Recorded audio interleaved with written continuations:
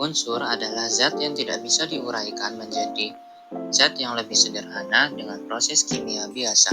Adapun unsur adalah bahan dasar yang menyusun segala macam materi, sedangkan senyawa adalah zat yang terdiri dari dua unsur atau lebih. Sifat unsur seperti wujud, warna, kelarutan, daya hantar, kemagnetan, titik didih dan titik lebur. Sifat kimia unsur adalah sifat yang mengubah unsur menjadi zat baru dan juga bagaimana unsur tersebut bereaksi dengan zat lain. Salah satu unsur yang terdapat di dunia adalah unsur gas mulia. Bersama kami, Izam Ali Akbar dan Penina Notanukun, kita akan belajar apa itu gas mulia. Gas mulia adalah unsur golongan 8A dalam tabel periodik. Disebut mulia karena unsur-unsur ini sangat stabil. Menurut Lewis, kestabilan gas mulia tersebut disebabkan konfigurasi elektronnya yang transisinya penuh.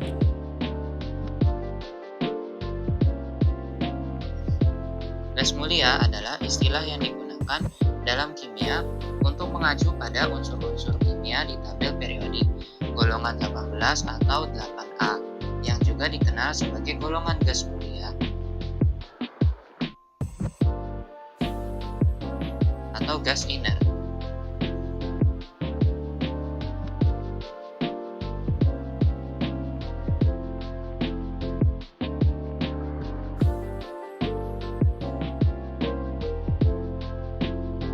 Neon, argon, krypton, xenon, dan radon.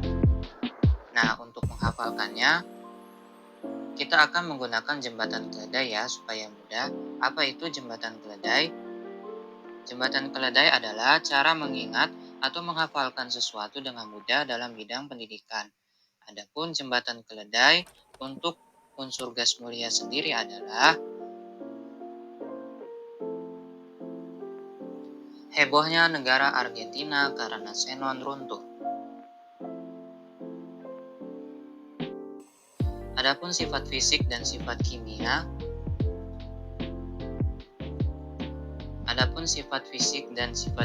dari gas mulia yaitu yang pertama adalah sifat fisika gas mulia, yaitu tidak berwarna, tidak berbau, tidak berasa, dan tidak mudah terbakar dalam kondisi standar. Sedangkan untuk sifat kimianya sendiri, pertama, kulit terluarnya sudah penuh sehingga bersifat stabil. Yang kedua, sangat inert. Hanya beberapa senyawa yang dapat dibentuk. Senyawa tersebut adalah XeF2, XeF4, dan XeF6. Sebagian unsur ini ditemukan di alam sebagai unsur monoatomik.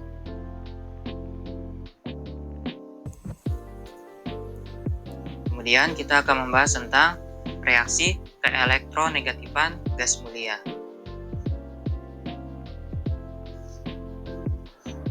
Gas mulia tidak termasuk dalam unsur keelektronegatifan karena keelektronegatifan mengukur besarnya gaya tarik-menarik antara atom dan elektron.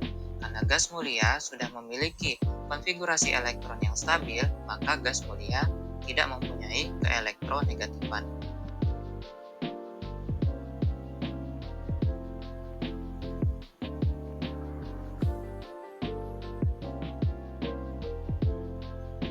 Kemudian juga kita akan membahas tentang jari-jari atom gas mulia. Unsur gas mulia memiliki jari-jari atom yang makin besar jika dilihat dari atas ke bawah, dari helium ke radon.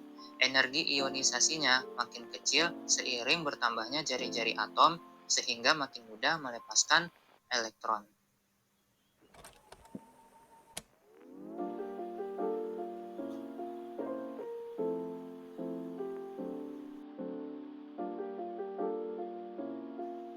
Seperti yang tadi sudah dibahas, gas mulia adalah gas yang sudah memiliki 8 elektron valensi dan memiliki kestabilan yang tinggi. Tetapi gas mulia masih bisa bereaksi dengan atom lain. Berikut adalah beberapa contoh reaksi dan cara pereaksian pada gas mulia. Yang pertama adalah argon. Reaksinya adalah AR direaksikan dengan HF menghasilkan HARF. Nama senyawa yang terbentuk adalah argon hidrofluorida. Senyawa ini dihasilkan oleh fotolisis dan matriks AR padat dan stabil pada suhu rendah. Yang kedua adalah unsur kripton. Reaksinya adalah Kr direaksikan dengan F2 menghasilkan KrF2. Nama senyawa yang terbentuk adalah kripton fluorida.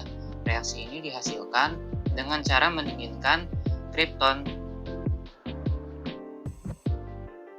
dan fluorida pada suhu minus 196 derajat Celcius, lalu diberi loncatan muatan listrik atau sinar X. Yang ketiga adalah xenon. Untuk reaksinya sendiri yaitu xenon direaksikan dengan fluorida menghasilkan xenon fluorida.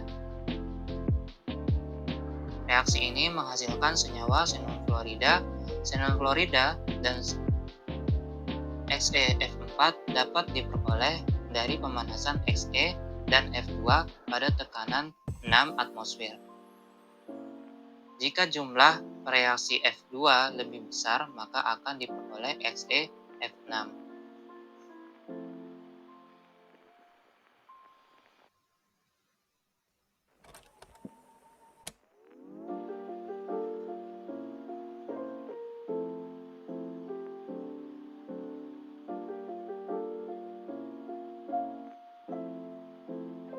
Apabila XeF6 direaksikan dengan 3H2O menghasilkan XeO3 dan 6Hf, menghasilkan senyawa xenon oksida. XeO4 juga dibuat dari reaksi disproporsionasi, yaitu reaksi di mana unsur bereaksi yang sama sebagian teroksidasi dan sebagian lagi tereduksi, yang kompleks dari larutan XeO3 yang bersifat alkalin. Yang keempat adalah radon. Reaksinya adalah sebagai berikut. Radon direaksikan dengan fluorida menghasilkan radon fluorida.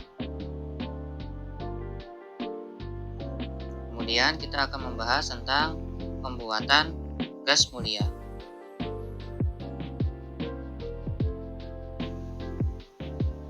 Seperti yang sudah dijelaskan sebelumnya, gas mulia berbentuk monoatomik yang tidak terikat dengan atom lain dan sukar bereaksi. Untuk membuat reaksi pembuatan gas mulia, maka harus menggunakan pemisahan secara fisika. Selama pembentukan gas mulia, kebocoran gas adalah hal yang sangat mungkin terjadi. Untuk itu, alat monitor gas seperti gas detektor sangat diperlukan. Nah, berikut adalah beberapa cara pembuatan gas mulia. Ekstraksi dari gas alam untuk mendapatkan helium. Gas alam mengandung karbon dioksida, uap air, helium, dan beberapa zat lain. Untuk mendapatkan helium murni, maka harus melalui proses pengembunan.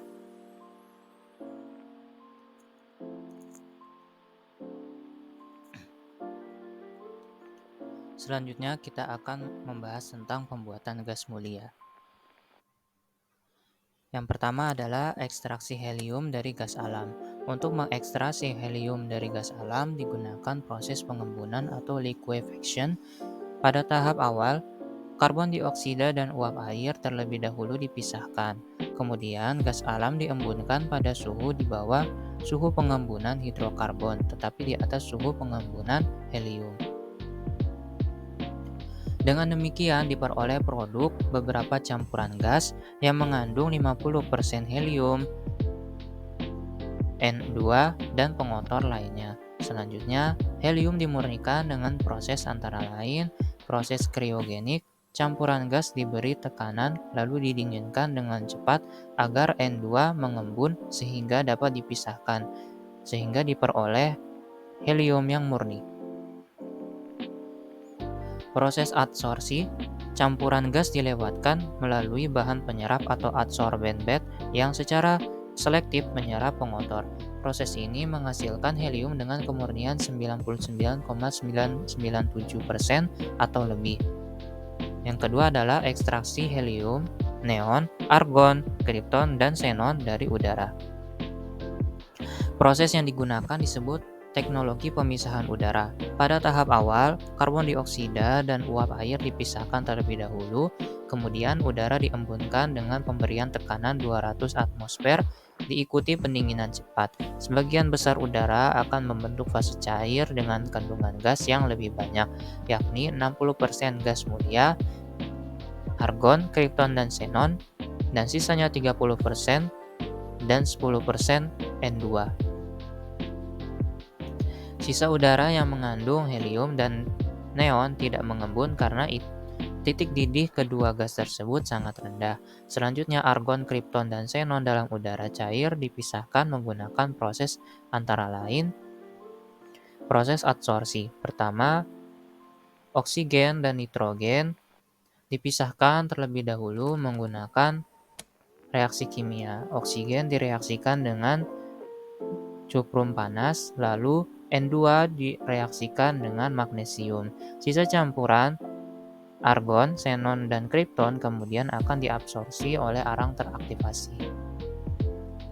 Sewaktu arang dipanaskan perlahan, pada kisaran suhu tertentu setiap gas akan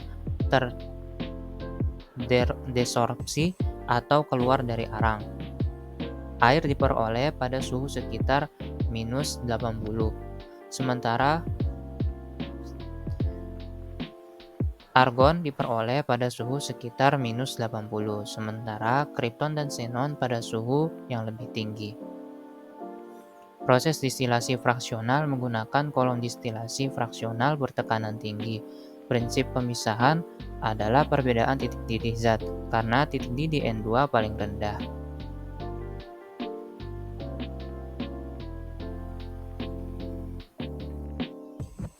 Kemudian kita akan membahas tentang kegunaan gas mulia.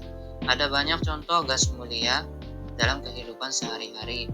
Di antaranya adalah yang pertama, lampu reklame. Lampu reklame mengandung gas neon di dalam tabung bertekanan rendah sehingga cahaya merah berintensitas tingginya bisa diberi tegangan listrik. Yang kedua adalah untuk mengisi balon udara. Helium digunakan sehari-hari sebagai pengisi balon udara, menggantikan hidrogen yang lebih berat dan lebih mudah terbakar. Untuk mengisi tabung oksigen, helium digunakan sebagai pelarut gas oksigen di tabung oksigen rumah sakit dan tabung oksigen untuk penyelam. Kemudian ada bola lampu. Argon memiliki filamen yang tidak mudah putus, digunakan sebagai gas pengisi beberapa jenis bola lampu. Kemudian ada penggunaan krypton untuk lampu landasan pesawat, karena cahaya putihnya berintensitas tinggi jika diberi muatan listrik. Yang terakhir adalah radioterapi kanker. Radon digunakan untuk radioterapi kanker karena sifatnya yang radioaktif.